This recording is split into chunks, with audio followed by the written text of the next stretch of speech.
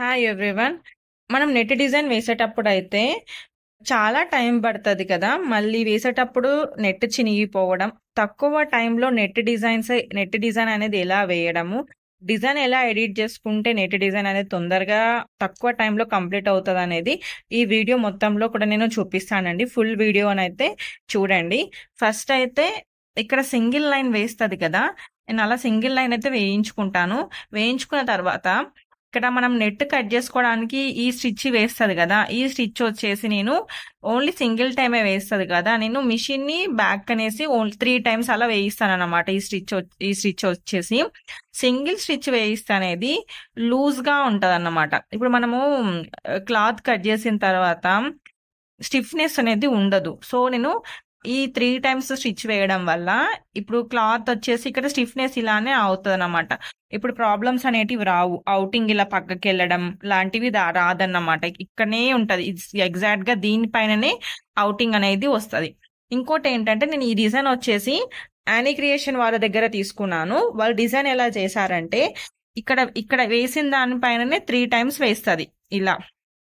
అంటే ఎక్కువ ఎక్కువ థిక్నెస్ కోసం అలా డిజైన్ చేశారనుకుంటున్నాను నేనైతే. చాలా థిక్నెస్ గా కనిపిస్తుంది ఇక్కడ 3 టైమ్స్ వేసేసరికి. సో నేను ఆ డిజైన్ కి తగ్గట్టుగా ఇక్కడ నేను దగ్గరికని కట్ చేయకుండా ఇక్కడ కొంచెం ఎక్స్ట్రా క్లాత్ అనేది ఉంచుకుంటాను అన్నమాట.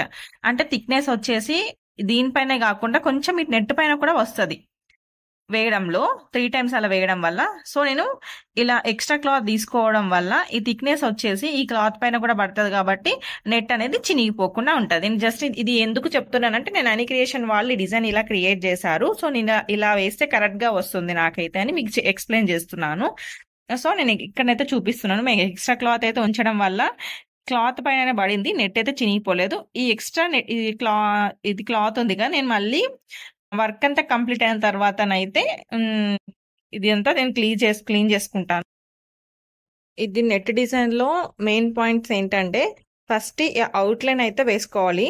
ఫస్ట్ ఈ అవుట్లైన్ కంప్లీట్ అయిన తర్వాతనే మా నెట్ లోపలికి రావాలి అన్నమాట.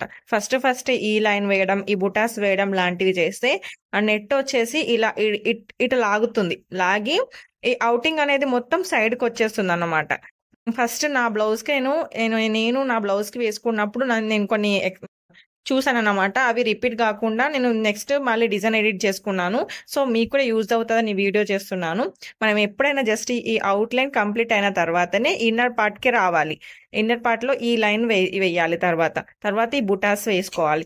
నేను ఇది నెట్ డిజైన్ పైన వేసేటప్పుడు 500 స్పీడే వేస్తానండి. 700 600 అలా వేసుకోవచ్చు, నో ప్రాబ్లం. నెట్ ఏం చినిగిపోదు. కాకపోతే బై మిస్టేక్ చినిగిపోతే మళ్ళీ క్లాత్ నెట్ టైం వేస్ట్ కదా, టైం ఎక్కువ పడుతుంది. అదే మనం కొంచెం 400 500 అలా టైం అంటే స్పీడ్ పెట్టుకొని చేసుకుంటే ఫినిషింగ్ బాగా వస్తుంది.